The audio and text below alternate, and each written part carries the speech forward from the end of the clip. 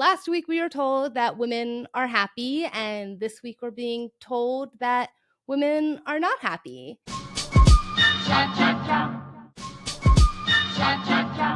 And are evil or that they should be targeted or anything like that, not at all. To be fair, I think actually probably a lot of these women don't even really realize how unkind or unhelpful they're being, because I, for one, I'll be the first to say that I've been guilty sometimes of being caught in an echo chamber, going too far down the rabbit hole. I think many of us have. But I think in the past, I have been guilty of being overly negative, overly harsh towards women, and generalizing too much. So I'm not here to judge. I was only comparing these two sides of the coin for the sake of this video. I really don't think that either of these extremes, either the feminists or the pick-me's, are very good, because they ultimately succeed in turning women away from seeking community with one another. Sadly, I think there have been a lot of negatives as a result of women losing this community with one another. For example, I think it's probably potentially a reason why a lot less women are interested in having children. And why is this? Because raising children requires a community. Of course, many women have husbands, but husbands, they can't be home all day doing 50-50. They're usually out working.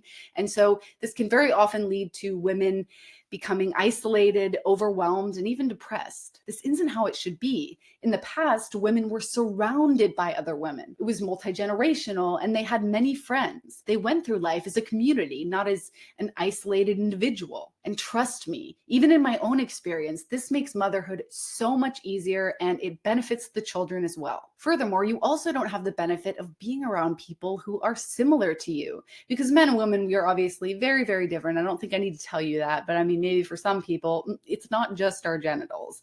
We have different strengths and weaknesses. We are capable of totally different things. We think totally different. So being around women, it can be a wonderful thing, because there's a sense of familiarity, stableness, safety, because we are similar. We are like one another. I personally know dozens of spectacular women. This is the perfect image to pause this on. I think this woman has skipped a step. It's, yes, women are more isolated than ever.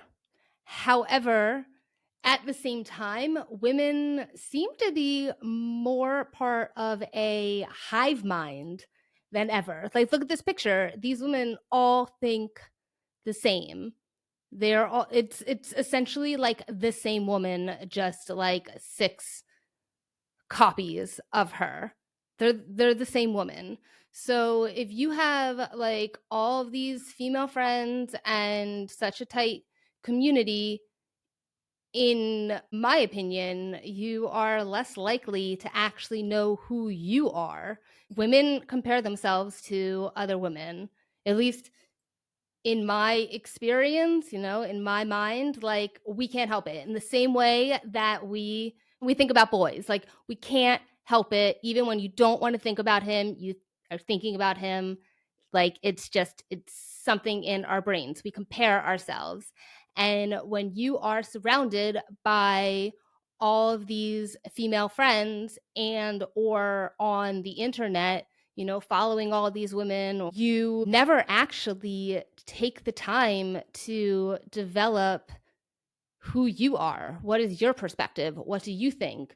Because you might actually think something different than your friends, but you may never realize it because you were so used to just kind of the group think of it all that it never even occurs to you to question what they're saying.